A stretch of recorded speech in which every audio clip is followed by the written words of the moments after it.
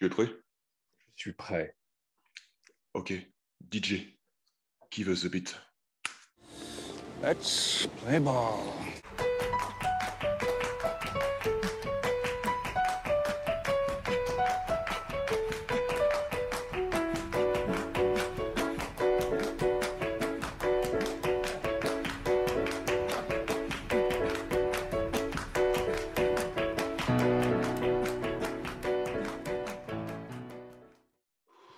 Ça y est, on est arrivé. L'heure magique, c'est ce moment où le jour croise la nuit, où le script s'arrête et où le jazz commence. Ici, pas de script, pas de scénario, pas de fil rouge, juste une idée, un thème qui va guider la mélodie qui va se faire au fur et à mesure, sans partition, mais avec deux solistes, vos serviteurs, qui vont former un orchestre pour vous mener à bon port. Adrien Joly est à la technique. C'est lui l'auteur du générique magnifique que vous avez pu voir. Moi-même, je suis Guillaume Miral, à votre service. Et je suis avec The Motherfucking Vedette, Fouad Boudard avec moi. Fouad, Salut Guillaume. comment vas-tu? Je vais très bien. Je suis ému. C'est notre première. C'est notre première. Exactement. L'heure magique. Enfin. On espère que ça vous plaira. Alors du coup, on a voulu. On va d'abord rapidement expliquer voilà, pourquoi cette chaîne. C'est la 2 milliardième chaîne de cinéma sur YouTube. Alors Exactement. nous, qu'est-ce qu'on va apporter de plus, les amis? Mhm. Eh bien, c'est une chaîne qui est partie d'envie commune. Hein. Toi et moi, Guillaume, Absolument, Fouad. on s'est rencontrés à Radio Campus il y a quelques années, et puis on s'est aperçu qu'on avait des envies, des goûts en commun, et des cinéastes aussi dont on aimait le travail, et dont on voulait parler, et dont Et, on estimait qu'ils n'étaient pas suffisamment bien traités, en tout cas à leur juste valeur. Voilà l'objet de cette chaîne, c'est de parler de ce exactement. qu'on aime, de le partager avec vous, en espérant que vous aimerez Exact. aussi. Exactement ça. Comme le dit Fouad, on va vous parler des cinéastes de ces artistes, de ces réalisateurs qu'on chérit parce que ils dépassent vos attentes. Ils vous amènent même parfois au stade spirituel de l'expérience cinématographique. Et Bref, jusque-là, ouais, des carrément. réalisateurs qui ne vous donnent pas forcément ce que vous voulez, mais surtout ce dont vous avez besoin. Fouad, dis-moi tout. Dis-moi quel est notre invité, notre Eh bien, il est artiste là. inaugural. Il est là. Mathieu, viens, viens, viens. Non, c'était du Oh, bluff. oh merde. Est-ce qu'il Vous y avez accompagne... cru. Ils y ont cru, Guillaume. Je les Est-ce vois d'ici. Hein. est-ce qu'il était accompagné de sa femme dans ton rêve? Non, même pas, tu vois, Je t'en prie. parce que Matthew Vaughn, c'est un. Alors, c'est Matthew Vaughn, Oui, effectivement. J'ai c'est vendu la Mathieu mèche. Vaughn. Ah, Matthew Vaughn, le grand Matthew Vaughn, qui est un cinéaste anglais, dont on aime, toi et moi, beaucoup le travail, et je pense pas qu'on soit les seuls. Et effectivement. c'est un cinéaste, voilà, que je trouve que n'est pas estimé à sa juste valeur, je trouve, il est un peu traité par-dessus la jambe. On Effectivement. va vous parler de lui pendant une heure, en espérant que ça vous plaise, et en espérant que ça vous donnera envie de découvrir, redécouvrir son travail. Euh, le CV, son CV tout d'abord, très, très rapidement. Matthew Vaughn, c'est un CV intéressant, c'est un parcours intéressant. Il est anglais, il a près d'une cinquantaine d'années, il est né à Londres, et c'est un monsieur qui a très tôt voulu être réalisateur. C'est sa première envie, en fait, contrairement à ce qu'on peut penser. Il est parti à Los Angeles tenter sa chance. Il a été serveur, il a fait plein de petits boulots, et il a une petite carrière de AD, assistant directeur, assistant réalisateur. Et il est vite revenu à Londres parce que, voilà, il se plaisait pas à Los Angeles, il n'était pas dans son bain. Il revient à Londres, et il rencontre Guy Ritchie, avec qui vraiment sa carrière va décoller. Il va être le producteur de Guy Ritchie sur Snatch, Arnaque, crime et botanique, et le bien nommé À la dérive avec Madonna. Tu l'as vu, toi, Guillaume, À la dérive? Non, Fouad, j'avoue que j'ai jamais osé y mettre les pieds. Ouais, moi non plus. Tu vois, j'ose pas. Je vois d'ici le gros Ouais. nanar faisandé que c'est. Et après, À la dérive, il décide de se lancer solo en réalisateur avec Ouais. Layer Cake. Hein. Voilà un peu le CV du monsieur. C'est très, très rapide. Donc, c'est un monsieur qui n'a eu de cesse de faire des allers-retours entre l'Angleterre et les États-Unis. Alors, ce qui est intéressant, c'est qu'il s'appelle Matthew Vaughn. Ce que j'ai cru comprendre, d'après ce que j'ai cru comprendre, c'est un monsieur qui a grandi sans père, n'a pas connu son père, et il n'a eu de cesse de nourrir une légende, jusqu'à un point tel qu'il a cru être le fils de Robert Vaughn, Et l'acteur américain. il s'était imaginé ou c'était une vraie hypothèse qui avait été entretenue? Alors, d'après un article de Libération et d'après ses Mhm. propres propos à lui, il pensait vraiment que c'était lui.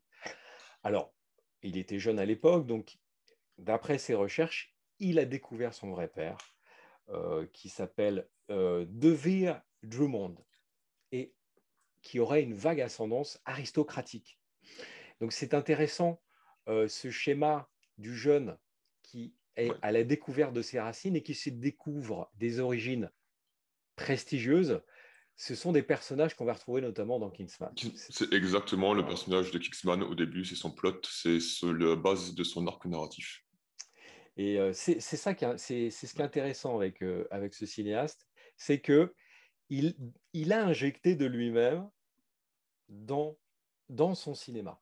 Hein, Exactement. la figure de l'ado en perte de repère, en quête d'origine, voilà quoi, c'est Exy, c'est le héros de Kick-Ass, La recherche et du père, la évidemment. recherche du père, absolument. Donc voilà pour la mini-bio de Matthew Vaughn. On va attaquer maintenant le plat de résistance, c'est-à-dire son travail. C'est 6 films, hein. Effectivement. Si je ne dis pas de bêtises, je regarde mes fiches de Michel Drucker, que Michel Drucker m'a On a menti. gentiment préparé. Il a Fouad, six... on a Ouais, menti, on a menti, on a dit aux gens que nous étions super. des jazzman qui improvisaient. Là, tu viens Oui, juste leur dire que tu as des fiches. c'est vrai, c'est vrai, c'est vrai. Écoute, Archive que nous sommes. eh bien, on coupera. On coupe les fiches. Hein, c'est pas grave. Ça va Donc, aller, ouais. donc voilà le profil du monsieur. Euh, alors Et maintenant, son travail, alors comme j'aime à l'appeler, Matthew Vaughn, c'est un George Lucas qui a tenu ses promesses. vous pouvez nous niquer en commentaire, tout est permis. Voilà, Allez-y, donc avec respect, mais lâchez beaucoup. restez gentleman, attention, hein, Effectivement, ouais. pas de bêtises, hein, Les manières, toujours les manières, toujours comme les Maximal. manières. Et c'est un George Lucas qui a tenu ses promesses parce que il est aujourd'hui quelqu'un de libre, hein. Euh, il a, avec la Fox, un accord un peu à la George Lucas, à la Star Wars. Et donc, c'est quelqu'un qui tient ses promesses, qui fait quelque chose de sa liberté, quoi. C'est ça Ah, qui est génial. je me permets d'interrompre pour dire qu'à voir qu'est-ce que va devenir cet accord, maintenant que la Fox a été rachetée par Disney pour l'instant. Le Kingsman, son prochain Kingsman doit toujours sortir en salle sous les conditions du précédent ou à peu de choses Ouais. près. Mm. Et que va devenir cet accord d'avenir? C'est une question qui se pose pour tout le monde, même pour James Cameron avec Avatar. C'est vrai, c'est vrai. Après, je me fais pas de soucis pour Matthew Vaughn. C'est quelqu'un qui a du réseau, à ce que j'ai cru comprendre, hein, ainsi que son épouse, Claudia Schiffer, hein, Claudia Vaughn, sont des gens qui, sur leurs films, sont toujours parvenus à réunir des capitaux privés. Hum, hum, Donc c'est quelqu'un qui, quoi qu'il arrive, euh, trouvera son chemin et trouvera un moyen de faire ses films. je Euh, pense. Toi, Guillaume, tu l'as découvre comment, Matthew Vaughn? Matthew Vaughn, je l'ai découvert avec. Quel a été le premier film de Matthew Vaughn que j'ai vu là? Tu viens de me poser une belle colle. Je crois que c'est Kika, c'est le premier Matthew Vaughn que j'ai vu au cinéma. Je n'avais pas encore vu Layer Kika à cette époque-là. Donc, je connaissais. Ouais. En fait, je connaissais le cinéma de Matthew Vaughn sans avoir vu un seul de ses films. Je l'ai découvert avec Kikas. Et je m'en souviens très bien parce que, en fait, Kikas c'était vraiment le projet qui avait un des projets qui avait formé le plus d'attentes l'année de sa sortie. Il me semble que c'était 2010 ou si je me trompe pas. 2010, ouais. Ouais. Ouais. Et je me souviens que tu avais eu un buzz de fou parce que le comic dont il est tiré était super connu. Mark Millar, l'auteur du comic, était déjà une autorité dans le domaine. Alors lui, il était connu pour faire dans la transgression postmoderne, dans le métatrash Mm. et compagnie, la référence qui pique et sointe, etc. Et en fait, Kika, ça avait été vendu et sous une promesse de film de sale gosse impertinent. C'est-à-dire qu'en plein moment où Marvel commençait à exploser avec les Iron Man et tout, et où le film de super-héros était déjà dans une hégémonie relative, Mm. on avait une contre-proposition qui, grosso modo, était vendue comme telle. Et ce que fait très bien Matthew Vaughn au début, c'est effectivement, tu retrouves ce que tu attendais, du jeu, un peu de sarcasme, du caustique Mm. sur ce super-héros qui n'en est pas un, puisqu'en fait, sa chance, c'est d'avoir cet effet fracasser la gueule et c'est fait sauter tous les nerfs de sorte qu'il ne ressent pas la douleur. Ça, c'est son seul super pouvoir dans Kick-Ass. Mm. Mais en fait, moi, ce que j'aime aimer, et c'est pour moi ce qui définit tout son cinéma, je sais pas ce que tu en penses, mais c'est que le fait, en fait, effectivement, cette promesse de truc bêta, transgressif, trash et tout, elle est tenue, mais elle est dépassée, en fait, à mi-chemin. C'est-à-dire que moi, j'ai eu l'impression clairement que le mec, en fait, cette promesse voilà, de trash méta, de transgressif, postmoderne, tout ce que tu veux, on a dit, c'est Ouais. une vitrine, en fait.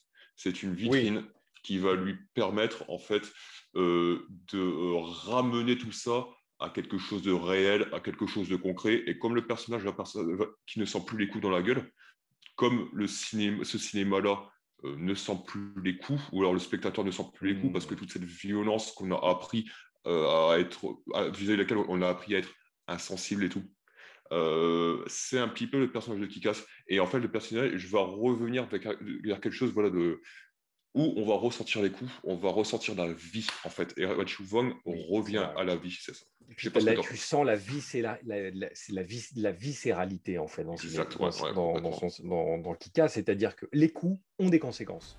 On n'est pas dans un film de super-héros déréalisé, en tout cas où tout est Non. aseptisé, où tout est pixelisé. Le mec, il, il entreprend de devenir un super-héros, eh bien, va y avoir des conséquences. Il va souffrir, il va frôler la mort, le mec. Hein. À un moment donné, tu as une scène où il se fait flinguer par une bande de thugs. Ouais, ouais. Voilà, il en paye le prix durement, salement. Et en même temps, c'est ce qui va le former, c'est ce qui va le forger. Tu as totalement raison. Et on retrouve cette euh, viscéralité, en tout cas, également dans Layer Cake. Bon. Son premier film avec euh, notre ami Daniel Craig. Bond disait avant l'heure, hein, c'est un peu le film qu'il a mis dans les Exact. radars de la famille Broccoli. Pareil, dans Layer Cake, c'est sale. Il y a des conséquences. Voilà, on est à milieu de l'univers de Guy Ritchie où c'est smooth, whisky, classe, où les héros survolent un peu ils sont au-dessus des nuages d'une certaine manière, où Tu vois, on est dans la volupté. c'est Là, très, ça fait mal. c'est intéressant ce que tu dis sur Guy Ritchie parce qu'en fait, je trouve que de la même manière que voilà que le transgressif, méta, le postmoderne, trash, la volonté d'être caustique et tout, c'était la vitrine Ouais, de Kick-Ass. Je pense que Guy Ritchie est la vitrine de Layer Cake. C'est-à-dire que quand tu vas voir Layer Cake, au début, personne ne connaissait Matthew Vaughn, ouais. mais tout le monde connaît le polar anglais que Guy Ritchie a réinventé. Il faut bien le reconnaître, quoi qu'on puisse penser de son cinéma. Et tout le monde s'attendait à voir un film C'est comme vrai. ça. Et du coup, effectivement, tu es avec un personnage au début qui, comme tu le dis pour les personnages de Garrity, survole un peu la vie, survole un peu son destin, vit dans une zone de confort absolu, vu que c'est un Mm. dealer de drogue, en fait, qui ne s'est jamais sali les mains, qui n'a jamais tué personne et qui délègue le sale boulot, en fait, aux hommes de main de l'organisation. Et en fait, ce mec-là, c'est exactement comme dans Kick-Ass. Le mec va revenir à la réalité, va réapprendre la vie, va apprendre que ses choix ont des conséquences, que les coups, c'est des choses réelles et ça fait mal, et que ce putain de business n'est pas un jeu, quoi. Et de la même manière, Carrément. c'est ce qu'on disait aux personnages de Kick-Ass. La Ouais. vie n'est pas un jeu. Et je pense que c'est même un commentaire qui fait sur une génération inifugée, pense-t-elle, envers la violence contre le monde, où tout Mm. est une interface qui la sépare des autres. Tu vois, il y a toujours une interface qui va séparer aujourd'hui les gens du monde réel. Ouais, Et absolument. Guy tu avais Debord ça a dans tout dit. Guy Debord a tout et dit. Guy Debord avait Ah, complètement tout dit. Et je pense que dans Layer Cake et dans ouais. Kick-Ass, je sais pas ce que tu en penses, mais pour moi, c'est la préoccupation et c'est ce qui rend les films aussi puissants. J'ai l'impression qu'il met fin à quelque chose, en fait. Et de la même manière que il a beau aborder un genre Mhm. coloré, fun, la forme est soignée chez lui. Hein, c'est Tout une à fait. belle forme, c'est clinquant. Il y a Ah, des mais beaux complètement. costards, il y a des bonnes trognes d'acteurs anglais qu'on adore dans les Cake. Ouais. Ce décorum clinquant et beau, eh bien, ne nous anesthésie pas Non. de la violence intrinsèque de ce milieu. C'est beau, les costards sont beaux, mais ils sont tachés de sang, tu vois. C'est ça. Et il va s'attacher à garder cette veine réaliste dans Mm. tous les films qu'il va entreprendre, y Exact, compris ouais. dans Kingsman, en C'est fait, vrai. tu vois. Et y compris dans Stardust, le film qu'il va faire, je crois, juste après Après, Layer Cake. les Ouais, Cake. Alors, effectivement. là, ce qui est intéressant avec Matthew Vaughn, c'est qu'il investit à chaque fois des genres ultra codifiés. Mm. Tu vois, le Ouais, film de ouais, c'est clair. gangster, la féerie, le conte de fées, le film de super-héros, Mm. le film de super-héros officiel, c'est-à-dire une adaptation Marvel, et le film d'espionnage. Mhm. Et là, dans Stardust, pareil, on voit des choses qu'on n'a jamais vues. Il Mhm. y a, je trouve, une authenticité dans les émotions des personnages et les sentiments. Toi, tu l'as vu récemment, Guillaume. Euh, Qu'est-ce que tu en as pensé de Stardust? Ouais, j'ai plus de mal que toi. Enfin, et à Ah la fois, ouais? ouais, beaucoup plus. Et en fait, Ouais, je t'ai senti un peu ouais, j'étais un peu plus sur la mitigé. réserve. Alors, mais tu vois, en fait, alors, quand on avait parlé de l'émission, on s'était rappelé qu'il avait quitté la production d'X-Men 3 Exact. ouais, quelques mois avant le tournage, qu'il devait réaliser, qui a finalement été réalisé par Brett Ratner. On connaît tous le résultat, on va éviter de s'en souvenir. Et, et parce que je pense en fait que quand il y a eu X-Men 3, il s'est dit, j'ai pas d'expérience, j'ai réalisé qu'un petit film anglais, je vais me faire avaler tout crouille par la machine, quoi. Et je Ouais, pense que dans Stardust, tu vois qu'il a bien fait de refuser parce que tu vois même carrément. ses limites encore de réalisateur à dompter une grosse machine et à dompter ses envies, aussi bien à l'écriture que visuellement. Pro- je te rejoins pas tout à fait, Guillaume, mais écoute, je vois ce que tu veux dire. Je vois ce que tu veux dire. Je vois ton point de vue, mais moi, je le trouve au contraire extrêmement maîtrisé parce que c'est un film de commande, enfin, c'est un film de studio, hein, c'est un film Paramount à 80 patates, tu vois. C'était adapté de l'œuvre de Neil Gaiman. Ouais, Neil Gaiman, Ouais, absolument. Ouais, et déjà, tu vois que le mec aime bien s'inspirer des auteurs qui écrivent sur la culture pop en ouais, général. Donc, il faut exactement. mettre la culture pop en avant. Ouais. Carrément, Neil Gaiman qui a écrit, qui écrira également American Gods, et Beowulf, Beowulf de Zemeckis. The Zemeckis, exact, ouais. Et alors, moi, je trouve le film incroyablement maîtrisé pour un mec qui a qu'un seul long métrage à son actif. Ouais. Et là où je pense ça a dû bien le servir, c'est sa casquette de producteur. Oui. Il a une lourde casquette, un lourd background Mhm. de producteur quand il entreprend Stardust, qui est un film à gros budget, hein, 80 patates, ça commence à faire beaucoup. Il a Michel Pfeiffer, Robert De Niro, il a ses potes Mark Strong, Ricky Gervais, il y a Claire Danes, il y a un tout jeune Henry Cavill, il y a Sienna Miller qui l'avait dirigé précédemment dans Layer Cake. Donc le gars, pour un deuxième film, ça commence à faire beaucoup, tu vois. Surtout Michel Pfeiffer et Robert De Niro, des acteurs mythiques qui charrient avec eux un univers incroyable. Tu vois, Mhm. Michel Pfeiffer, Scarface, Les Sorcières Mhm. d'Eastwick, Catwoman, enfin, tu vois, ce sont des rôles iconiques. Mhm. Robert De Niro, on va pas épiloguer longtemps. Tout le monde sait qui est Robert De Niro. Et ce qui est fascinant avec Stardust, c'est que c'est son deuxième long métrage. Ouais. Je pense que sa casquette de producteur l'a vraiment aidé à gérer les contingences de ce type de production. Mhm. Et c'est que ces deux icônes, on les voit comme tu les as jamais vues, tu vois. Et en Robert De plus, Niro, tu vois. T'es et pas en d'accord, plus, Guillaume? mais si, je suis Est-ce que d'accord. je Mais vais essayer de te oui, convaincre? bah, sur Michel Pfeiffer et De Niro, Ouais, tu prêches à convertir parce qu'en plus, ils s'amusent avec leur image. C'est-à-dire que Michel Pfeiffer, qui était quand même une des plus belles femmes des années ah 80-90, ouais, tu la vois direct en sorcière, vieille, hideuse, ouais. avec des rides qui tombassent, avec des loches qui lui tombent aux genoux et compagnie. Mm. Et alors, elle va forcément prendre un sortilège pour se redevenir la Michel Pfeiffer étincelante que l'on connaît tous, mais qui va dépérir peu à peu. Et De Niro, qui s'était. Bon, évidemment, c'est un acteur dont la carrière est infiniment plus riche et complexe que ça, mais qui avait cette image de gros dur qui lui est toujours attachée. Ouais, Dans le film, en fait, il joue une grande folle, en fait, qui se fait passer.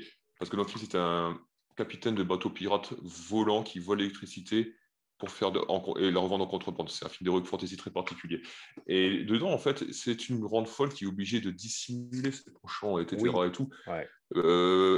en se faisant passer pour un gros dur. Et tu vois déjà le truc de Vaughn, ce qu'il aime beaucoup faire, et je pense qu'il ce qu'il fera avec beaucoup plus de brio par la suite, c'est tu vois, il joue avec le persona de ses acteurs Absolument. sans faire forcer l'autoréférence. C'est plus pour ce qu'ils véhiculent Exactement. que pour ce qu'ils incarnent dans l'inconscient public, en fait. Ah, Et ça, carrément.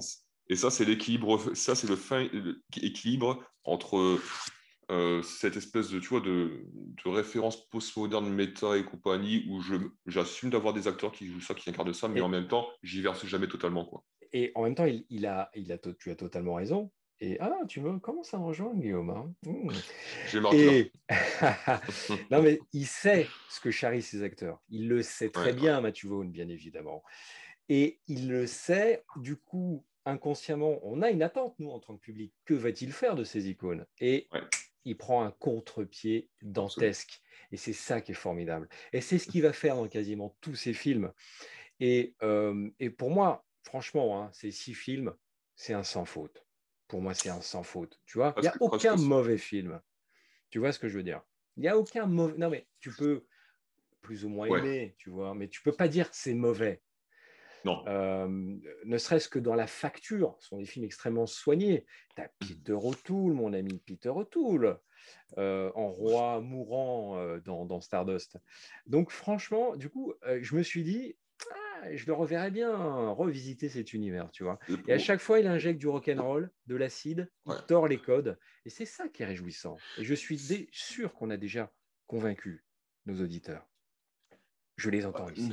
ne va pas trop vite, ils peuvent toujours revenir en arrière. Non, mais tu vois, non, mais après, je suis d'accord avec toi, mais le problème, c'est que je trouve que dans Stardust, en fait, il se contente de tordre la main au Ouais, code. oui, Mais après, sans vraiment retomber sur ses pieds. Parce en termes déjà, en termes d'écriture, je trouve ça difficile. Tu as beaucoup de personnages, tu as beaucoup d'arcs différents, et surtout, tu as beaucoup de morceaux d'univers différents. Et le souci, c'est que en fait, quand tu regardes le film, tu vois la volonté, l'idée visuelle qu'il veut exécuter en fait. Et tu vois ce qu'il voudrait faire parce que par la suite, tu as vu Kingsman, tu as vu X-Men, mm, et tu mm. vois comment ce magma-là va entrer en éruption au suivant. Mais là, je trouve que c'est que, en termes d'écriture, c'est encore très raide. Encore une fois, tu as trop de personnages, tu perds de vue ce qu'il veut raconter. Alors, De Niro et Pfeiffer sont extraordinaires. Par contre, Claire Danes, je trouve qu'elle a beaucoup de mal à jouer. Elle a autant de mal à jouer la princesse naïve, etc., que Léa Seydoux dans La Belle et la Bête. Ouais, probablement. Elle est peut-être un peu Et trop engoncée, peut-être un peu ouais, trop figée, tu trop dans vois. le surjeu. Mais Et tu vois, ouais, il y a un truc qui a plu. Hein. En termes de mise en scène, en termes d'idées visuelles, en termes d'exécution, tu ne peux pas comparer ce film à ce qu'il fera par la suite. Parce que ce film, tu sens que toutes ces idées, elles sont encore réfrénées par son manque d'inventivité. Il n'y a pas encore ce truc-là. Et ça se voit parce que du coup, tu as des scènes à probablement. rallonge. Mais c'est un deuxième film, d'accord? Oui, c'est vrai, Mais mais en parallèle, ce deuxième film avec d'autres deuxièmes films. Pour hmm, moi, le niveau est largement au-dessus, quoi, tu vois. la Et puis, proposition. là, et puis, il y a des tableaux superbes, le bateau qui vole, le Ouais, combat final. Tu vois, c'est réjouissant à voir. Moi, j'ai toujours plaisir à la revoir, Stardust. Tu vois, parce que mais j'ai toujours plaisir à y retourner. Mais j'ai plaisir à voir les images, hein, mais je me fais chier malgré tout parce que le problème c'est que en fait, j'ai l'impression que le mec a beaucoup de très bons ingrédients, mais qu'il n'arrive pas à en faire un plat. Et tu vois là, Peut-être. tu vois, j'aimerais partager une théorie avec toi Ah, et avec nos vas-y, éditeurs. vas-y. Je pense que Dis-moi. Matthew Vaughn Ouais. est celui qui a le mieux compris Last Action Hero de McTiernan, et je pense que c'est celui qui réalise la promesse de Last Action Hero de McTiernan. Boum! Allez, Voilà, ça y est, on la y punchline est va, on posée comme balance ça. du On y va, lourd. on est au lourd. Non, parce que tu vois, dans Ouais. McTiernan, des Pourquoi gens tu dis ça? parce que tu vois, maintenant, dans les 90, il s'inquiétait, il dénonçait ouvertement les dérives cartoonesques du cinéma d'action. Et il retrouvait Schwarzenegger dans un univers qui était désensibilisé, où il n'y avait plus aucune suspension Aseptisé, de créer, effectivement, ouais. plus Ouais. d'aucune suspension d'acrédibilité, le tout virait au grand n'importe quoi. Et parce il sortait de l'écran, il sortait de son univers fictionnel, de sa bulle, quelque part, il Ouais. revenait dans le réel à New York où il s'apercevait que Oui, dans la vraie vie, les choses ne fonctionnaient pas comme ça. Et du coup, le film s'articule entre ça, entre cette espèce de fantasme cinématographique et la ouais. réalité auquel il devait se confronter, et comment je vais conserver, réussir à devenir un héros dans un réel où je ne maîtrise pas les codes. Et je crois que Vaughn, en fait, c'est ce qu'il fait avec ses films. Et c'est ce qu'il arrive du mal à faire dans Stardust, en fait, justement. C'est que tu vois qu'il est toujours il commence toujours dans un hyper fantasme Hmm. de cinéma pop qui génère des attentes très spécifiques sur le public, chez le public. Et à un moment donné, le mec, il va s'y prendre pour revenir dans le réel. Sauf que contrairement à McTiernan, lui, il garde toujours la même générosité formelle, le même type de forme, le même type de mise en scène. Tu vois, il n'y a pas de cassure, si tu veux, à un moment du film où tu dis que ça, c'est filmé complètement différemment de ça. C'est toujours dans cet emballage pop généreux, Oui, c'est vrai. C'est vrai. pantagruélique, tu Mais vois. Et c'est pas la même histoire. C'est que dans Last Action Hero, il y a quand même deux univers distincts. Tu vois. oui, clairement. Il peut pas garder le même traitement Non. pour la réalité du gosse la vraie vie, tu vois, le Oui, New c'est vrai. York Oui, plus c'est vrai. vieux, C'est vrai. C'est vrai. et le Complètement. monde de Jack Slater. C'est vrai. Mais j'ai bien compris ton propos. Alors, les amis, faites-vous votre opinion, mais en tout cas, on vous recommande Stardust. Et alors, du coup, il a sous la ceinture un premier film, un deuxième film qui est un gros budget. Et Mhm. là, finalement, il va revenir à Marvel. X-Men First Class 2011. Le meilleur X-Men à mon goût, Largement. largement. De très loin. C'est un origin movie, hein, c'est-à-dire qu'on va, en plus, c'est un film qui est très important dans la chronologie, l'univers X-Men, c'est qu'il va raconter l'origine des X-Men et surtout l'origine, l'amitié du professeur Xavier avec Magneto et, et surtout l'origine de leur séparation. Et c'est Mhm. le film qu'il fallait pas rater, absolument. À la limite, X-Men 3 The Last Stand, qu'à cela ne tienne. Ok, Brett Ratner l'a fait, très bien. Mais First Class, c'est le film qu'il ne fallait absolument pas rater parce que c'était sur ce film-là que tous les autres qui ont suivi étaient Complètement. basés. Donc c'était vraiment un autre univers. Et là, franchement, moi je l'ai vu en salle, je me souviens, c'est un festival pop Mais avec une ambiance complètement. 60s, Très swinging, James Bond, ouais. swinging à souhait, Exact, ouais. champagne, swinging whisky. Matthew Vaughn s'y donne à cœur joie parce que c'est l'opportunité pour lui de Mhm. rendre hommage à l'icône du cinéma qu'il adore, c'est-à-dire James Bond. D'ailleurs, la garde-robe de Magneto Mhm. dans certaines scènes, sont calquées sur celle de Sean Connery. Mhm. Et en termes de mise en scène, donc ça rejoint ce que tu disais là, je trouve que c'est un gap, hein. Ah, là, pour le coup, il y a un gap avec Stardust, Ouais. ouais. Il est énorme. Alors, j'ai dit une bêtise, il a fait Kick-Ass entre-temps, hein, mais les auditeurs auront corrigé d'eux-mêmes. Donc, il a 3 films sous la ceinture, il fait X-Men First Class. Et là, franchement, tout est parfait. Le casting, c'est magnifiquement casté, tu vois. Michael Fassbender, tu as January Jones, tous les gamins là, qui font les Ouais. super-héros. C'est incroyablement mis en scène. D'ailleurs, il y a une scène que Extraordinaire. j'adore quand il va voir un banquier, un champ contre champ avec un Ouais, ouais. lingot d'or entre eux. C'est super bien trouvé. Et puis, les personnages existent. Et je crois que c'est le premier X-Men vraiment qui me fait croire vraiment aux Clairement. personnages. Et ça rejoint ce que tu disais. Il y injecte un sentiment de réalité et de crédibilité dans les interactions humaines, tu vois. Complètement. Et d'ailleurs, tu vois, et d'ailleurs, je pense que tu vois je pense que pour n'importe quel autre réalisateur, le fait d'enchaîner X-Men's First Class avec Kick-Ass, ça aurait Ouais, pu passer pour de l'opportunisme, voire du retournement de veste. Dans le sens où, ouais. bon, là, gros copain, tu me fais un film de super-héros qui défonce les codes du film de super-héros, et là, tu reviens avec non seulement une franchise de super-héros, mais en Mm. fait, une franchise de super-héros qui se déroule dans les années 60. Bon, En plus, ouais. est-ce qu'il n'y aurait pas contradiction dans le discours? Sauf que non, parce que comme on a essayé de vous le dire et de vous le démontrer, de vous en convaincre, c'est que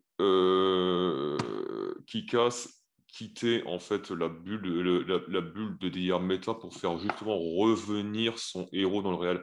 Et Ouais. je pense que Vaughn, en fait, c'est quelqu'un qui, tu vois, tout ce qu'on nomme le régime d'images postmodernes, que ce soit les images de synthèse, les films de jeux vidéo, la blague méta que tu as pu avoir dans Scream, dans les Tarantino, etc. Et tout ce truc qui a contribué à peut-être un peu déréaliser les choses, désensibiliser le spectateur vis-à-vis de la violence, faire des films où les plans séquences sont tellement numériquement parfaits que Mm. t'as plus d'enjeu, t'as plus de physicalité en fait, t'as plus d'apesanteur. Et ben lui, en fait, je pense qu'il fait ça pour revenir vers du récit classique en fait. Je pense que c'est le mec qui ramène ça vers une forme de récit classique qui touche et je pense que ça, il le fait magnifiquement dans X-Men et la filiation avec Kick-Ass, c'est là-dedans en fait. Il arrive à ramener ces icônes-là vers quelque chose de très physique, comme tu dis, de très sensible dans les Et de interactions. sensible et de palpable, tu vois. Tu y crois, quoi. T'es avec eux, tu Mais, vois. mais en plus, c'est brillamment écrit pour le coup, parce que tu vois, Ouais. chaque personnage a un arc. Je sais que moi, tu prends le. Moi, ce que j'ai. En fait, c'est vraiment le film qui se concentre sur la relation enfin, entre Magneto Mm. et Xavier. Oui, Et tu vois très bien comment cette complémentarité parfaite entre les deux, parce que les deux sont clairement les deux faces d'une même pièce, quand tu c'est vois, vrai. se mue en antagonisme petit à petit. Pas par animosité respective, mais tout simplement parce que leur chemin Et respectif, puis tu y bah, crois. Tu te dis au bout d'un moment, ah, ils ne peuvent que se séparer. Tu vois ce que je Exactement, veux ouais. dire? Tu sais qu'ils vont se séparer, mais le film t'y fait croire, en fait. Et C'est l'échec des à compromis. mi-chemin, aux 2 tiers du film, tu te dis, mais ouais, mince, et ouais, merde. Et là, Ils ne peuvent que se séparer, tu vois. Et j'adore la relation aussi avec Magneto et hmm, Mystique. ouais, Mystique qui adopté par Xavier, tu vois, ouais. c'est la première amie de Et Xavier et entre qui va parenthèses, finalement changer le camp. Ouais, je t'ai goûté, mais d'ailleurs, vas-y.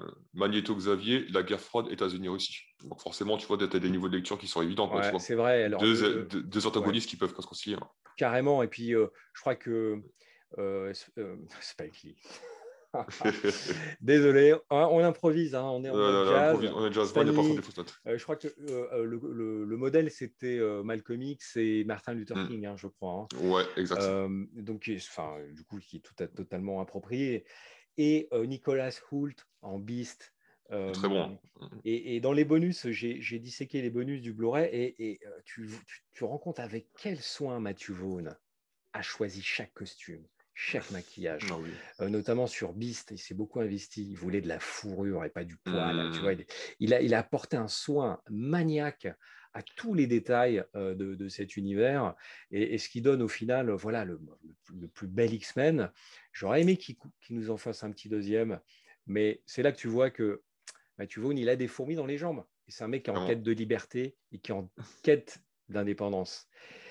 On lui a proposé, je crois, il était question qu'il rempile. Il a refusé. Bryan Singer a repris le relais.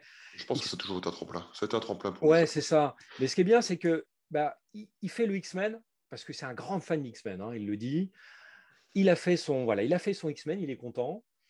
Et là, juste après, il nous revient avec Kingsman, qui Et, est vraiment sa franchise, ouais. sous bannière Marv. Alors, Souvenir Marv. Kikas Et était déjà sous bannière Marv. ouais, Tu vois le sa petit boîte pied de de nez, production, Marv, clairement. Marvel, tu vois.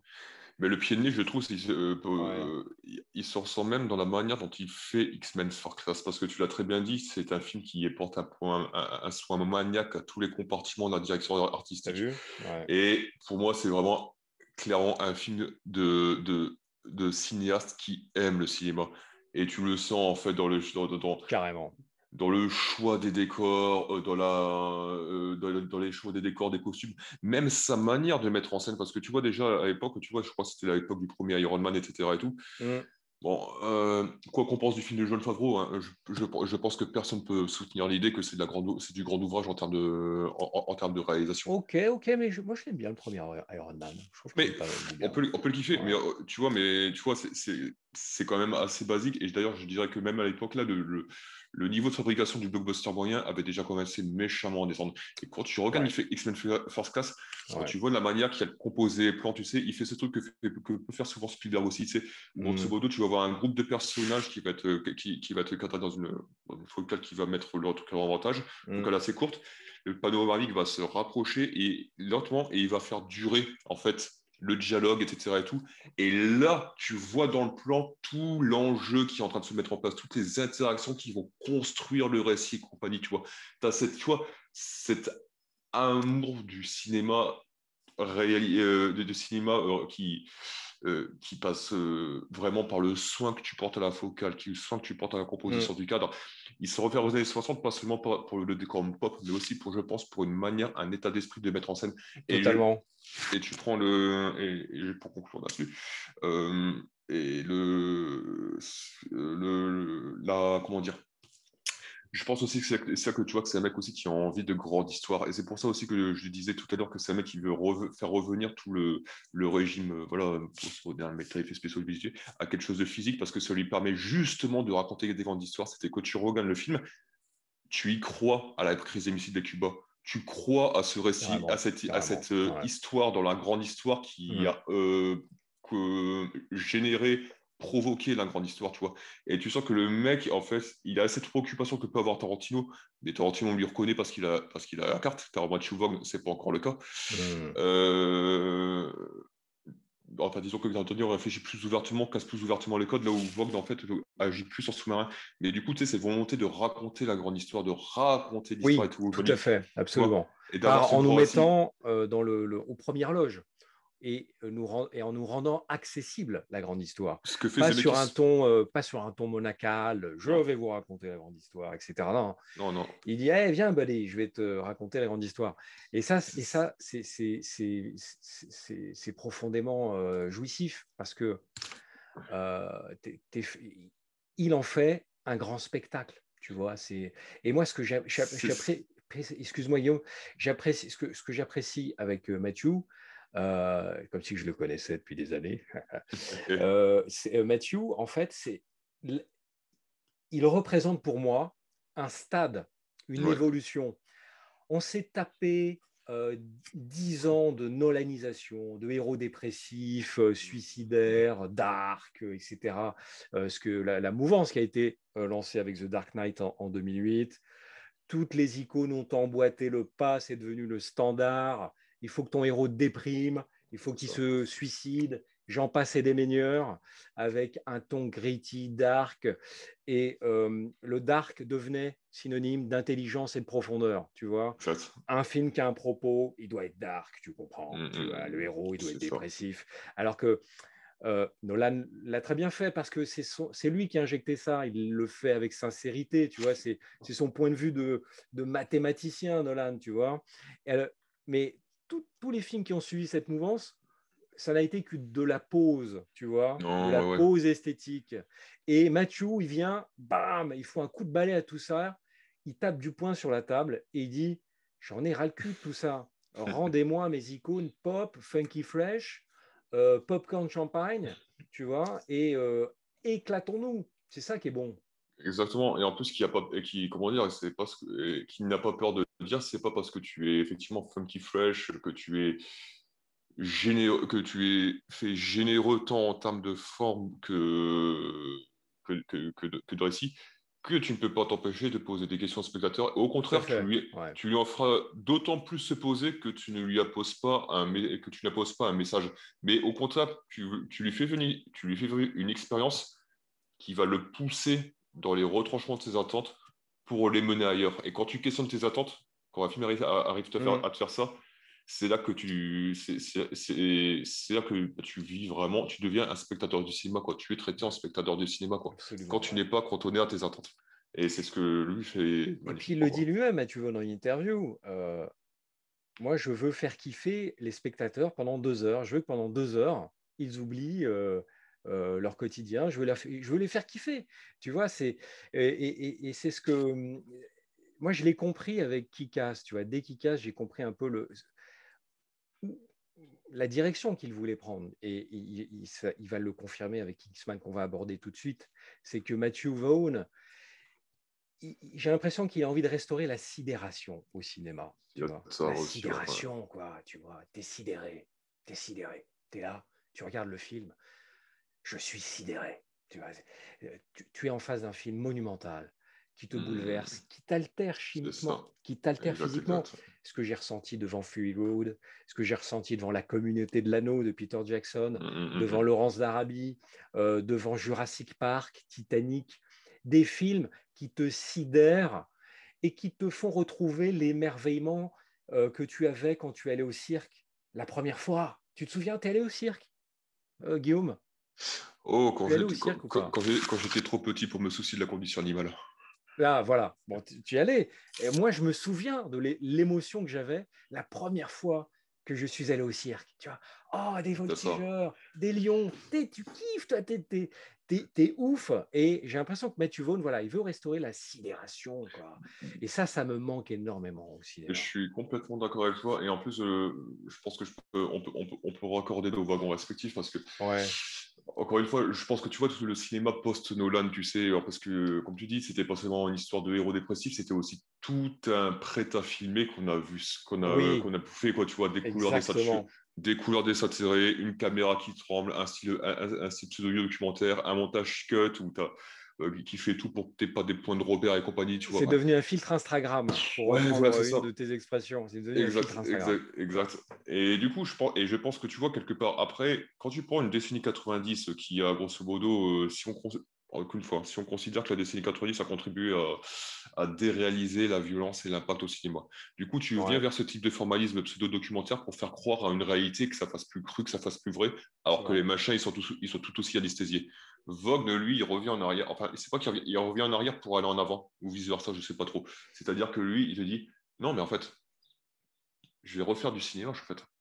Et le cinéma, dans ce qu'il est capable d'évoquer, et dans ce qu'il est capable d'évoquer, dans sa générosité et tout, il peut nous donner cet impact-là. Et cette Mm. physicalité qui avait disparu, enfin, qui n'avait pas disparu, mais qui se faisait rare, on va dire, hein, pour pas exagérer. Ouais, qui Et que c'est commençait à disparaître. ah, c'est ça, Les corps dans le cinéma de divertissement étaient pixelisés, c'est ça, ne chrome noir et ressentaient rien. Il n'y avait plus, comme tu disais, voilà, il y avait des intermédiaires entre le spectacle représenté sur l'écran et le ressenti du mm, spectateur. On perdait la physicalité des choses, tout simplement, et le sens de l'espace, pour le coup aussi, tu vois. Et ça, j'ai l'impression que Matthew Vaughn, voilà, il revient à ça. non, Je vais vous divertir, vous allez kiffer, certes, mais vous n'allez pas perdre le contact avec non. les lois de la physique, la physicalité, la douleur, ne serait-ce que pour ressentir ce que ressentent les personnages, tu vois. Et Exact. ça, c'est merveilleux. Et j'espère que Matthew Vaughn va donner le là, voilà, d'un nouveau postmodernisme, je ne sais pas comment le Je dire, pense qu'il est déjà en train de le donner. hein, Ouais. voilà, et il le confirme dans Kingsman, sa Absolument, grande œuvre, sa absolument. franchise à lui. Tu vois, Exactement. plutôt que de faire un énième X-Men ou bien servir la soupe à un studio en réalisant un énième blockbuster, se fondre dans un univers Mm, mm. préexistant, il Mm, va mm, générer mm, son mm. propre univers, à savoir Kingsman, adapté d'une bande dessinée de Mike Millar, hein, si je ne dis pas de bêtises. La bande dessinée n'avait pas été conçue spécialement dans l'idée d'en faire un film. Oui, Je me suis ouais, trompé peut-être, hein, mais il il me semble. savait qu'il allait faire le film déjà, Mm, mm. avant que la BD soit finie. Ouais, Et il a dit à l'auteur de BD, d'ailleurs, dépêche-toi de finir, dépêche-toi avant que quelqu'un l'adapte avant nous. Donc, c'était déjà prédestiné au cinéma. d'accord, C'est ok. intéressant comme démarche, tu vois. Plutôt, ouais. C'était déjà conçu à l'avance. Et Kingsman, dont le troisième volet va sortir là prochainement, et Kingsman, c'est son hommage à James Bond, au film d'espionnage. Donc, après le film de gangster, la féerie, le film de super-héros, il Mm. réinvestit un genre moult fois balisé. J'adore le mot moult fois. Ça fait genre, tu as du vocabulaire, tu vois. Et, euh, et donc, voilà, c'est ça de dire des conneries, tu perds le fil de ta pensée. Il investit un Voilà. genre, voilà, le film d'espionnage, mais à la sauce bubblegum champagne, tu Il y a de ça, vois, ouais. pop, fun, mais comme on le disait, sans se foutre de la gueule du spectateur et sans Jamais. servir une soupe pré-mâchée, pré-digérée, indigeste. Kingsman, moi je suis. Alors, en plus, ça commence, le premier volet commence avec Money for Nothing de Dire Straits. Ouais. Tu vois, boum, ça te met dans l'ambiance, tu vois. Et tu sais que tu vas kiffer. Tu sais que tu vas kiffer. C'est le film qui te prend par la main et qui te dit tu vas kiffer, bro, tu vas kiffer, mon Mm. pote. Et pareil, il investit des icônes. Il y a Mark Hamill, il y a Samuel fucking Jackson, comme on les a jamais vus. Il fait zozoter. Espèce d'enfoiré! Et qu'il fait zozoter. Le, Tu vois, le, c'est un truc de malade. Pareil, c'est- il s'accapare d'icônes qu'on connaît, qui charrient un ouais. univers très puissant et il les emmène ailleurs. Tu vois, même Mark Hamill, on l'avait jamais vu comme ça. Mais tu vois, c'est un truc de fou quand même, parce que comme tu dis, tu parles de Samuel L. Jackson et à très bon escient, et on en parlait tout à l'heure à propos de Robert De Niro et Michel Pfeiffer. C'est-à-dire Ouais, que tu prends Samuel L. Jackson, c'est que c'est peut-être le mec qui, allez, l'un des trois acteurs mondiaux, oui, allons dans l'hyperbole, n'en ayons pas peur, ouais, qui a le plus beau phrasé, qui a la c'est vrai. voix la plus mélodieuse, en fait. Et c'est pas pour rien que Tarantino l'adore, parce que tu prends les dernières de Tarantino dans la bouche de Samuel L. Jackson, C'est extraordinaire. tu chatouilles les étoiles des yeux, quoi. D'ailleurs, c'est pas Et, pour rien que Google Home a ouais, acheté la voix. Je crois qu'aux États-Unis, tu peux ah ouais, avoir la voix de Samuel Jackson sur la mais, box Google mais Home, tu vois. voilà, C'est ah bah, c'est un truc de ouf. excellent, tu vois. Et c'est un des mecs les plus classes du monde. Ah, Tu vois, il le suit, etc. Et le mec, il te l'habille comme un clone de Pharrell Williams. ouais, t'as vu Fallait quand même le ça? faire. Il te Ouais. le fait zozoter. Je veux dire, c'est comme si tu faisais zozoter de Dieu, quoi, tu vois. Grave. Au niveau de voix château, c'est la même chose. Et pourtant, t'as jamais l'impression de voir un contre-emploi. Parce que tu Non, vois, si tu y crois toujours. le Ouais. contre-emploi, pour moi, à ceci traite que, en fait, tu montres que l'acteur n'est pas dans son rôle, n'est pas dans sa persona, justement pour suggérer qu'il a du mal à incarner autre chose. Tu vois, tu Oui, fondes sur la disruption. Samuel absolument. Jackson n'est pas disruptif, il est entièrement dans son personnage. Ouais. Donc tu vois l'équilibre qu'il arrive à atteindre comme ça, quoi. C'est dingue, hein. Mm. À aucun moment tu te dis putain, c'est too much, j'y crois pas. Non, tu y crois à fond la caisse. Alors en Oh, plus, accroche-toi, c'est un bad guy diabolique ouais, qui ne supporte pas la vue du sang. oui, Ça, il faut le faire quand même, tu vois. Il sous-traite la mise à mort. Hein. Tu as la ouais, magnifique Sofia Boutella c'est dans une un révélation. personnage extraordinaire. Elle a des lames à la place des pieds. C'est charmé ça comme idée déjà, tu vois. C'est une putain d'idée de cinéma, tu vois. Et tu vois, justement, et là-dedans, tu as tout ce qui faisait défaut à Stardust pour moi. Tu vois, c'est C'est-à-dire, que là, pour le coup, tu as les idées qui sont oui, aussi pléthoriques que ouais, Stardust, mais tu as l'exécution qui est derrière, quoi. Tu as oui, l'exécution, oui, tu as le sens du forcément, mouvement, tu as forcément.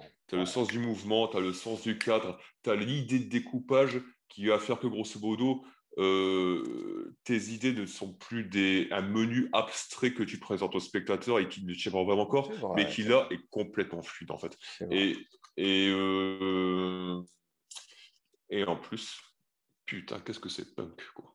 Qu'est-ce que C'est c'est bon. Là, t'es là, tu qu'est-ce kiffes. Je l'ai que revu c'est là, il n'y a pas longtemps. C'est jouissif. Alors, c'est l'exécution est punk, parfaite. ouf. C'est le découpage. Moi, j'adore le découpage chez Matthew Vaughn. C'est Hum. toujours impeccable. C'est toujours Ouais, impeccable. Et il te ménage toujours des moments un peu what the fuck où il va te déboussoler, ouais, c'est où clair. à un moment, tout à coup, il va passer à la caméra portée. Tu vois, Ouais, quand le personnage de Mark Hamill explose, ouais. c'est filmé, on ne voit pas l'explosion, mais c'est le contre-champ, on voit la réaction de Colin Firth, où il se prend de la peinture sur la gueule, et il est un peu hagard, soudain il est un peu étourdi, et ça donne à cette scène ce qu'on disait de la Hum. viscéralité, tu vois. C'est C'est ça. réel, Ouais, on croit à ce qui se passe. On a beau être dans un univers bubblegum champagne, tu vois, on y croit, tu vois. Et Marc Hamill, il est génial, et pareil, c'est il est ah génial, ouais. le Mais- professeur, Et c'est pour ça que c'est punk en fait, parce que justement, comme ouais, tu dis, on y carrément. croit, il y a de la physicalité. Donc à la fin, bon, on va alerte spoiler pour ceux qui n'auraient pas encore vu le film. Oui, Mais alors quand je précise, on spoil à mort. Hein. là, on va spoiler par contre. Ouais, Mais voilà, quand il fait exploser le carré des 1% qui voulait faire crever la planète pour sauver, ouais, etc. et tout, ouais. dans une gerbe un feu d'artifice Un feu multicolore. d'artifice. C'est justement parce que tu as eu cette physicalité avant, que tu as eu cet impact et que tu as eu ce sens, etc. du putain, c'est crédible, c'est réel et compagnie, que tu prends ton pied et que là, le Et geste, pour le oui, coup, il est marqué et parce que oui. tu dis, ok, d'accord, c'est la réalité, ça, tu vois, et vas-y, mec, je le fais et ça a de l'impact, tu vois. Et, Et le ouais. mec assume, il se défile pas. Et oui, il assume C'est le mec qui totalement. assume. Exy, ce prolo des bas quartiers londoniens, qui Hmm. se découvre une ascendance prestigieuse, wink wink, ça nous rappelle un peu Clin d'œil. le parcours de ce cher Matthew Vaughn, qui finit dans le fondement d'une princesse qui ressemble très étrangement à Claudia Schiffer. Ouais. Et donc, Putain, j'avais pas pensé d'ailleurs. et bon, c'est assez savoureux, tu vois. Donc, tu sens qu'il se fait plaisir. C'est sa semi-autobiographie, Mais pour le dire mais vite, pour le dire vite, tu vois. non, mais t'as raison, c'est son film. Je pense que c'est même son film le plus personnel parce que même Ouais, tu vois un avis là-dedans qui est quand même qui se dessine, qui est très tranché sur cette espèce de caste que tu as en Angleterre de ouais, ouais. lord, de prolo, et toute la division sociale qu'il peut y avoir entre les deux. C'est-à-dire que Exy, c'est un mec qui, effectivement, comme tu dis, hein, il a des racines de noblesse, d'aristocratie, de lord, hein, de Kingsman, donc, Ouais, tout à fait, ouais. comme peut Ouais, l'être. une espèce d'élite, quoi, une élite. Voilà. Mais d'un autre côté, comme Vogue, en fait, qui par exemple, comme tu l'avais dit, parti aux États-Unis, qui a enchaîné deux petits boulots, etc. et tout, Ouais. et qui est presque passé par la petite porte, en fait, avant de devenir Ouais, réalisateur. alors sa maman Ouais. était productrice à la BBC. Mhm. Mais il a galéré, le mec. Alors, ce qui est marrant, il raconte qu'il était serveur à Los Angeles, il avait plein Ouais. de collègues serveurs et il demandait, tu sais quoi ton boulot? Et les mecs lui répondaient, ouais, je suis acteur. Et Matthew Vaughn, il leur disait, mais non, t'es serveur, mec. Ouais, mais si, si, j'ai une audition cet après-midi. Mais c'est ça. Et Et donc, il le, s'apercevait qu'il était dans un monde complètement factice, tu vois. Et clairement, et en plus, je pense que c'est aussi un truc qui se dessine chez lui. Je trouve que le personnage d'Exy, en fait, il a Ouais, du mal à trouver sa légitimité, à s'accorder le fait d'être légitime, parce qu'il y a toujours. oui, Et c'est dans vrai. le film, dans le film, tu as évidemment cette barrière sociale qui lui est toujours rappelée, hein. Mais je pense que même chez Vogue, en fait, j'ai l'impression que dans ses précédents films, aussi brillants soient-ils, tu vois, tu avais Mhm. encore cette difficulté à s'accorder de la légitimité. Et à se battre Oui, dans je le vois carré. ce que tu veux dire. Ouais, tu vois. Et là, Qu'il et- embrassera dans le deuxième, hein, dans totalement, Kingsman 2, exactement. tu vois. Et ce que j'aime beaucoup dans Kingsman, pour compléter tes propos, Guillaume, c'est Hmm. que c'est la question du déterminisme, en fait. Moi, Ouais. j'ai toujours été sensible à ce thème-là, c'est-à-dire, voilà, dans quelle mesure tes racines Mhm. sociales, tes origines vont te déterminer, etc., vont te tracer des rails, tu vois. Et moi, j'aime cette réflexion autour de ça, le déterminisme. Tu vois, on a un prolo, tu vois, qui fait du parcours, qui est issu d'une famille dysfonctionnelle, une mère plus ou moins droguée ou alcoolique, qui Hmm. enchaîne les relations violentes avec Hmm. des hommes abusifs, etc., Hmm. qui se découvre pardon, soudainement, comme ça, out of the blue. Ouais. Je dis ça parce qu'on va enregistrer une version américaine. Et le gros mytho, tu sais. Et qui va découvrir donc des origines prestigieuses euh, et qui va justement lutter contre le C'est vrai. déterminisme. Et ça, c'est le personnage de Colin Firth qui va le convaincre de ça. Harry, non, bro, non, kid, tu, tu peux forger ton destin. Tu l'as Et vu, ça, d'ailleurs- t'es d'accord avec ça, Guillaume, ou quoi? je suis d'accord avec toi, et puis en plus, ça me fait voir différemment la fameuse scène du massacre dans l'église. Ouais. Où pour le coup, Colin Firth, donc, dans le film, c'est un chevalier du bien, un chevalier Oui. arthurien, un chevalier du bien. D'ailleurs, c'est Arthur, hein. C'est Arthur. Non, C'est non, Arthur. Arthur, c'est Michael Caine. Ouais, lui, C'est c'est. Lancelot, si je dis pas de Ouais, je bêtises. crois, ouais. Ouais, quelque chose comme ça. Merlin, c'est Mark Strong, et lui, c'est Lancelot, il me semble, hein. Mais nos auditeurs nous corrigeront dans les commentaires si nécessaire, avec Voilà, politesse, bien sûr. toujours avec la bonne manière. Mais tu vois, mais lui, pour le coup, là, il est. En fait, cette scène a toujours été prise pour de la violence gratuite, ou justement Oui, une exemple de violence gratuite. On regarde, je te tourne ça dans un plan séquence impossible, machin truc, et puis ouais. le mec qui te massacre tous les personnages qui sont des connards d'extrême droite, on a celui qui n'ont pas mérité de mourir, comme si c'était des bots de jeux vidéo et compagnie. Mais je pense que on fait erreur. En fait, ce qui est terrifiant, c'est que là, tu as un personnage qui a perdu son libre arbitre. Il est programmé, il est figé, il a Oui, été parce qu'il a une puce, hein, endoc... je crois, c'est ça, Ouais, hein. c'est ça, ouais, Ouais, ouais. ouais, c'est vrai, ouais. En fait, le mec se regarde littéralement Mm, tuer des gens. c'est Il a vrai. perdu le contrôle de lui-même. Et la vitesse du plan séquence, je pense, est justement utilisée pour te faire prendre conscience de cette accélération qui Mm. le dépasse. Il avait utilisé la même feuille de style dans Kick-Ass, justement, quand tu avais le personnage de Nicolas Cage, tu sais, qui apparaissait pour la première fois dans son costume en train de dézinguer des bad guys, Ah ouais, après que Nicolas le héros, Cage. tu sais, il a regardé des cases de BD, il faisait un fond d'enchaîner, tu arrivé là-dessus. Ouais. Et là, pareil, tu avais le plan suivait, et c'était pas fun. Au bout d'un moment, tu sentais que la soif de vengeance, il le débordait complètement, quoi, tu vois. Et là, tu étais Mm. dans un réel qui faisait mal au cul. Et là, c'est pareil, en fait.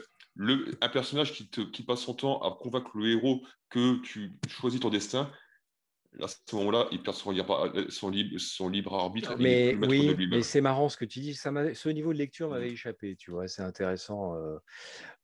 C'est intéressant, tu vois. Là, j'apprends un truc, tu vois. Effectivement, on oublie ce détail-là, c'est qu'il n'a pas la maîtrise de lui-même Non. pendant cette scène.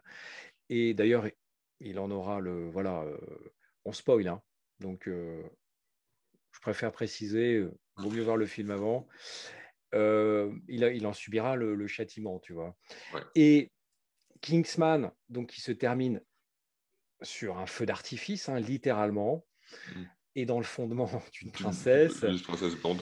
Et ce qui est intéressant, c'est qu'il va tout de suite enchaîner avec la suite. Kingsman, le cercle De... d'or, Ouais, the Golden Circle, euh, qui est une suite pour moi que je trouve vraiment supérieure à l'original. également. Sans aucun problème. C'est une suite qui s'est faite bâcher, hein, globalement, ça et là. J'ai vu que globalement, les opinions étaient inférieures, étaient assez Mhm. négatives. Pour moi, il est supérieur. au niveau de l'écriture, alors on ne l'a pas Oui. précisé, Matthew est secondé par, enfin non, c'est lui qui seconde Jane Goldman. Goldman, qui Ouais, est ouais. une scénariste, une orfèvre, hein, c'est une formidable scénariste, et très pointilleuse, très précise, très fluide dans son écriture. Et ce qui est intéressant, c'est que là, le rapport Harry-Exy s'inverse. C'est Harry qui devient le kid qui doit tout réapprendre et Exy qui devient le C'est ça. mentor de Harry. Et ça, c'est intéressant. T'as peut-être oublié un truc, c'est que la Ouais, princesse dis-moi. dont il visite les coulisses à la fin du premier film, Oui, ça devient sa légitime bien-aimée au oui, début. oui, Tu vois que exact, ouais, ouais. Vaughn est un romantique, hein. C'est vrai.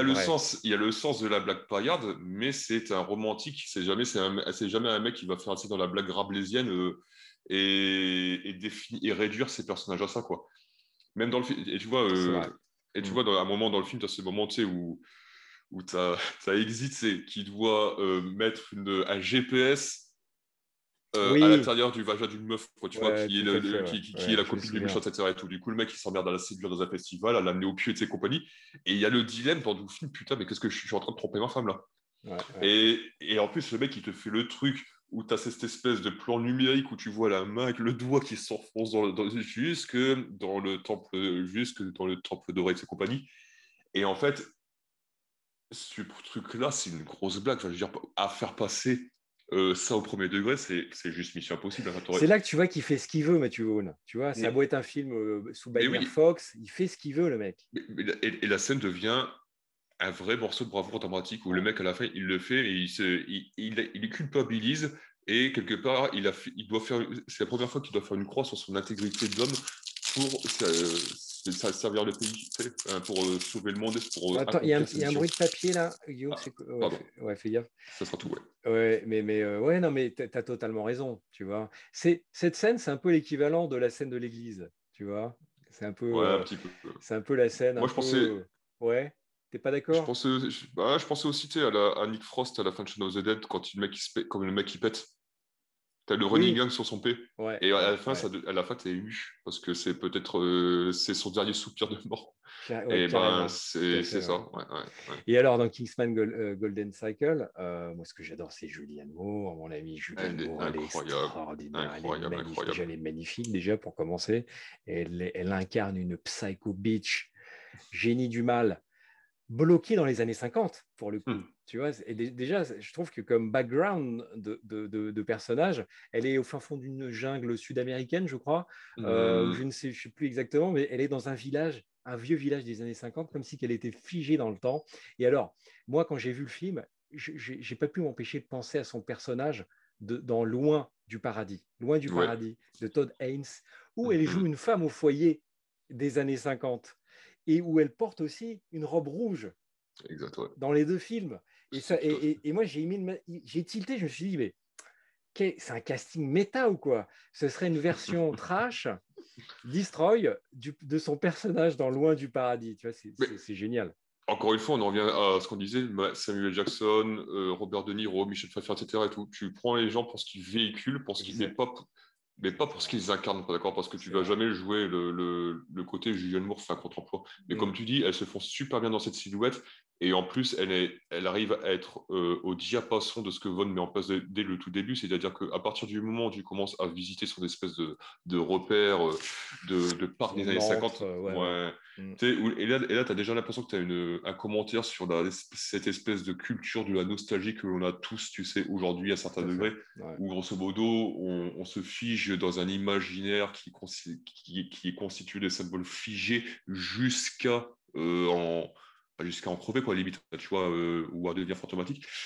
Et ben, tu sens déjà le malaise des débuts. C'est-à-dire que autant Oui. son parc, c'est un truc qui brille de mille feux, c'est chatoyant, t'as même Elton John qui est là en train de jouer du piano. Non, ça c'est génial aussi, quoi. Elton John dans le film, c'est une idée géniale. Ah, en fait, il devait Et venir dans le premier, il avait refusé, je oui, crois. ouais, Et il est exceptionnel, il est extraordinaire, exceptionnel. il est Et, génial. et Et tu vois, là, ouais, non, ouais, tu vois ce truc-là où tu dis, putain, le malaise, il est extrême, il est omniprésent, alors que c'est vraiment, tu sais, t'as l'impression d'être limite dans le restaurant de Pulp Fiction où oui, Travolta et Schumann carrément. dansent, tu sais. Mais là, ça brille de mille feux, ça brille partout et compagnie. Et pourtant, t'es vraiment en malaise. Et tu vois que et plutôt le jeune qui, tu sais, qui est obligé de jouer, en fait, qui est forcé de répéter ses mélodies et ses À la chansons commande, tu à vois, la sur commande, commande. Comme c'est si que c'était un jukebox, le mec, tu vois. j'ai l'impression que c'est un commentaire d'Hollywood. Ouais. C'est déjà c'est d'abord un putain d'effet cinématographique. En plus, j'ai l'impression que c'est un commentaire sur, je pense, que c'est sur l'époque. Probablement, mais tu as probablement raison. Et je trouve que Matthew Vaughn, je le trouve suffisamment, comment dire, affûté pour insérer ce genre de commentaires. Et puis, pour surenchérir sur la qualité d'écriture, Oui. le personnage de Julianne Moore, ce qui est intéressant, c'est que tu vois, elle a deux molosses en robot, deux chiens robots, tu vois. Et là où j'ai envie de contredire les personnes qui pensent que c'est mal écrit ou que le scénario est moins bien ficelé, c'est que ça, c'est une putain d'idée d'écriture. Parce que j'ai oublié le nom de son personnage, mais Julianne Moore, tu vois, elle s'impose par son génie du mal. Elle sous-traite le muscle et la violence. Ouais. Donc, quand tu es scénariste, tu te dis, bon, je dois lui adjoindre du muscles, tu vois, des sbires qui vont être chargés, tu vois, de taper du poing. Alors, je fais quoi? Tu es là, des molosses en lunettes noires, des armoires à glace en lunettes noires, déjà vu 1000 fois, tu vois. Des chiens, des chiens. Ça commence à devenir intéressant. Mais même les chiens, des Roth ou des Doberman, ça se voit, ça s'est vu 1000 fois. Et puis le Doberman, voilà, c'est un chien qui ressemble à Dracula, c'est une incarnation du. Enfin, tu vois, il y en a dans Damien, la malédiction aussi, les Doberman. Donc c'est un chien qui déjà porte le mal, entre guillemets, mais même si j'adore les chiens et ce sont des chiens magnifiques. Du coup, qu'est-ce que tu fais? Parce que le chien, c'est risqué, c'est une fausse bonne idée. Dès que tu adjoins un chien à un personnage, tu l'aimes immédiatement, parce que le chien implique un attachement émotionnel. Un homme qui a un chien ou une femme qui a un chien ne peut pas être trop méchante. Voilà, Exact. elle ne peut pas être si méchante que ça. Exactement, parce qu'il a une capacité à s'attacher, il suscite l'amour d'un chien, donc c'est que finalement, il est aimable. Tu vois comment c'est finement pensé. Et là, ah ben non, on va faire des chiens robots, Bon. c'est-à-dire des chiens fabriqués, tu vois, qui sont programmés pour lui obéir. Et Hmm. là, je trouve que ça renforce le À côté fond. maléfique et diabolique de Julianne Moore, son côté psycho bitch. Elle est elle-même un robot, quoi. Elle a un À objectif, elle est fond. programmée, elle a un plan, la meuf, tu vois. Et Ouais. ça, c'est brillamment pensé, étudié. Et c'est toi qui me l'avais justement rappelé. On a une scène magnifique dans Kingsman, le Cercle d'Or. D'ailleurs, ouais. Et d'ailleurs, c'est là que quand on dit que, tu vois, quand on disait que Matthew Vaughn c'était du cinéma qui aimait le cinéma, Ouais, ça se voit aussi dans sa manière de filmer les seconds rôles. ouais, Dans carrément. X-Men First Class, tu avais ce point que je trouvais magnifique où, à la fin, alors que la guerre nucléaire était sur le point d'éclater entre Cuba et entre la Russie et les États-Unis, tu avais cet acteur russe qui jouait donc à Capitaine Navire, acteur russe qui a joué tous les Russes dans les films américains Oui, depuis 20 ans. ouais, j'adore cet acteur. Dans Mission Et, Impossible 2 ouais, aussi, j'adore cet acteur. Il a vraiment une et tête de fond. russe. Ouais, Et il est il avait grave. ce putain, t'avais ces T'as putains vu? de Ouais, travelling sur le mec, tu sais, qui regardait avec un air super classe l'horizon. T'as le ouais. mec qui lui disait, t'as son second qui lui dit, monsieur, qu'est-ce qu'on fait? Et lui disait, je n'ai pas survécu à une guerre pour en déclencher une autre. Réplique magnifique. Le gars apparaît 30 secondes à l'écran. Et bah, tu sais quoi, je suis convaincu qu'aujourd'hui, ça doit être l'un de ses films préférés et l'un de ses moments préférés aujourd'hui, plus personne ne s'est filmé de ce rôle, plus personne ne prend vraiment le temps de les valoriser, C'est vrai. sinon pour les espèces de bugs de connivence. Et à la fin de Mm. Kingsman 2, messieurs, dames, fermez vos écoutilles, s'il vous plaît, parce que là, on va spoiler. Oh là Mais on là. doit le faire. On doit le faire. On n'a pas le choix. Attention, ça va spoiler salement pour Voilà. parodier un autre podcast que j'adore. Exactement. Et là, je sais que le spoiler est une fausse note, mais on ferait une fausse note de ne pas en parler.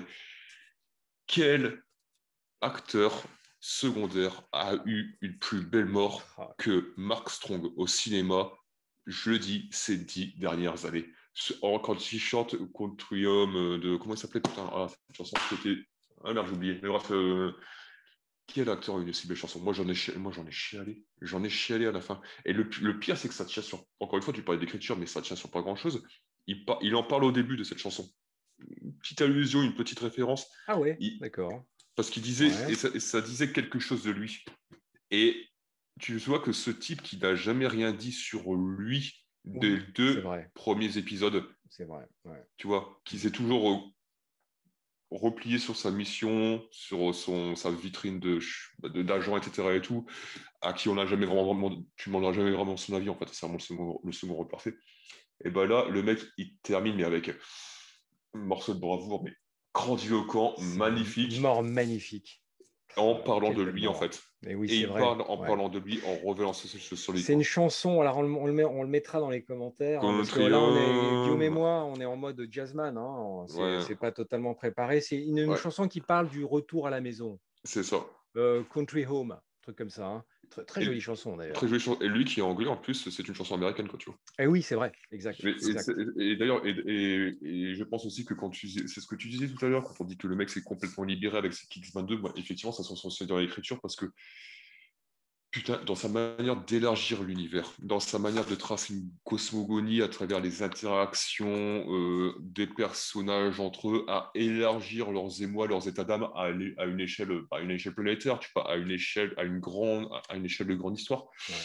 Et autour de ça, le mec, il te crée en plus, tu sais, tout un propos politique où il ne brosse jamais le spectateur dans son Mmh, zippoil, il tombe jamais dans la facilité, mmh. etc. Et tout, hein. Il refuse de faire la posture d'archiste pour la plaisir de la posture d'archiste, le cool pour plaisir du cool, le punk qui se contenterait de porter un t-shirt. Lui n'est pas comme ça. Ouais, carrément. Du Et coup, j'espère que Mark Strong, j'ai entendu ça et là, je ne sais pas si c'est vrai, mais qu'il serait question qu'il puisse revenir dans un Kingsman 3, j'espère enfin, qui bien, ouais. suivrait la chronologie initiale. Là, il nous revient avec Kingsman, mais Ouais, c'est un peu Kingsman First Class, d'une certaine manière. C'est Kingsman First Class.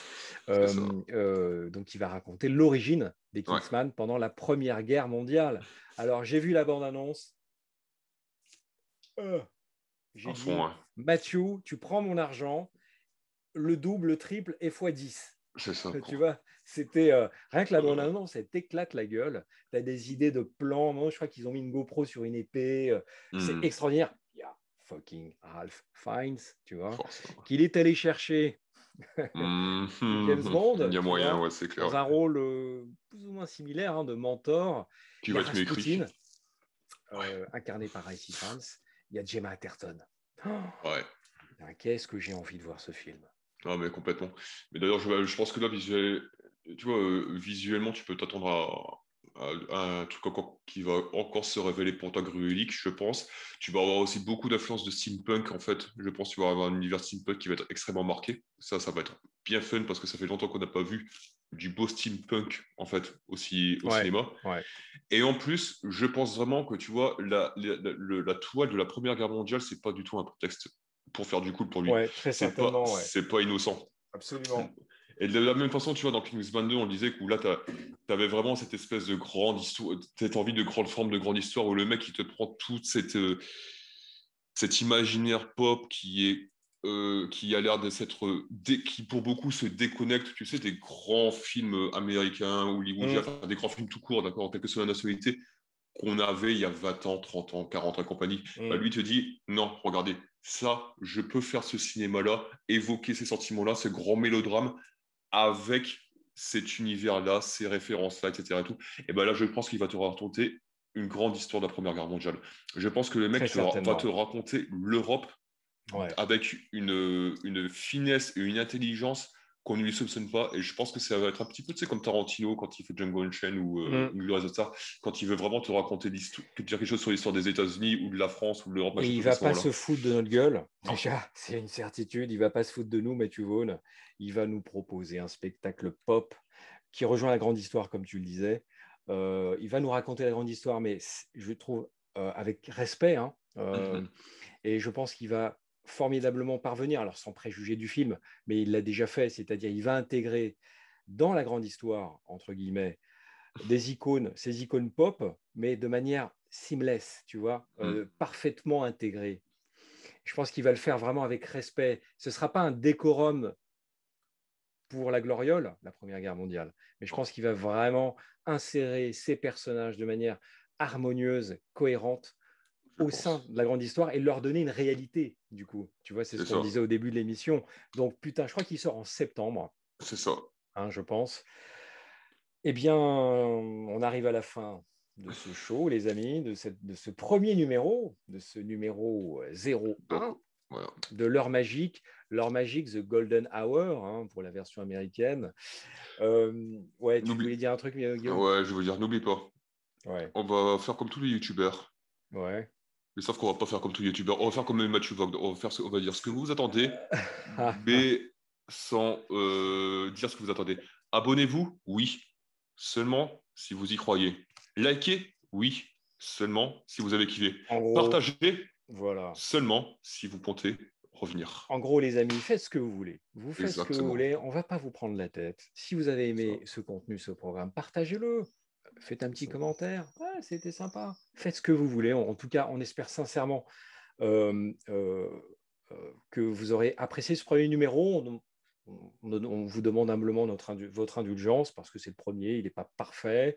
Nous avons plein d'idées pour faire évoluer la formule. On a des grand plans, hein, des grands projets de conquête du monde, hein, notamment du merchandising et tout, des droits télé. Non, je déconne.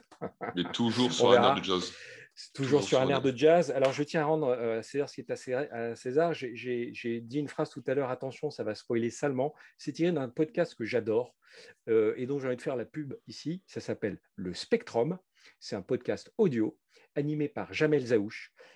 Allez-y, allez sur Facebook, trouvez les liens.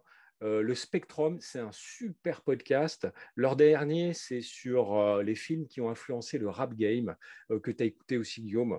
Allez-y. Et puis, ma foi, les amis, on vous fait un bisou et puis on vous dit à très bientôt. On a plein de projets, notamment d'un hors-série King Size sur un grand réalisateur américain. On ne va pas vous révéler le nom tout de suite parce qu'il faut savoir faire monter la pression. Et puis, ce réalisateur américain, en fait, et qui est un peu à l'origine de cette émission, en fait, c'est grâce à lui qu'on a monté ce show, enfin cette chaîne, en fait. D'ailleurs, Mathieu Vogue me fait penser à lui. La grande histoire avec dans des effets dans un imaginaire numérique ou n'importe quoi qui n'a pas, qui ne devrait pas lui aller. Tu en dis déjà trop, mon cher Guillaume. Tu as vendu la mèche, elle sera coupée en montage. Non. Les amis, bisous. Et à très bientôt, les gars. À très bientôt. Et les filles aussi. Hein, j'aimerais juste conclure une phrase magnifique de Mathieu Wagner. Allez, vas-y, balance. Qui avait révélé dans Kingsman 2 que il interdisait à son équipe d'utiliser le mot cool. Parce qu'à partir du moment où tu te disais cool, tu ne l'étais plus. Exactement. Et voilà, tout son cinéma vient juste d'être défini. On n'est jamais mieux servi que par soi-même. La nuit commence à tomber, Guillaume. On va rendre l'antenne. À bientôt. Ciao. To the place I belong. Bring him to me. West Virginia, Mountain Mama, take me home, country road. On pourra le faire dans le cul. Je reviens, bougez pas.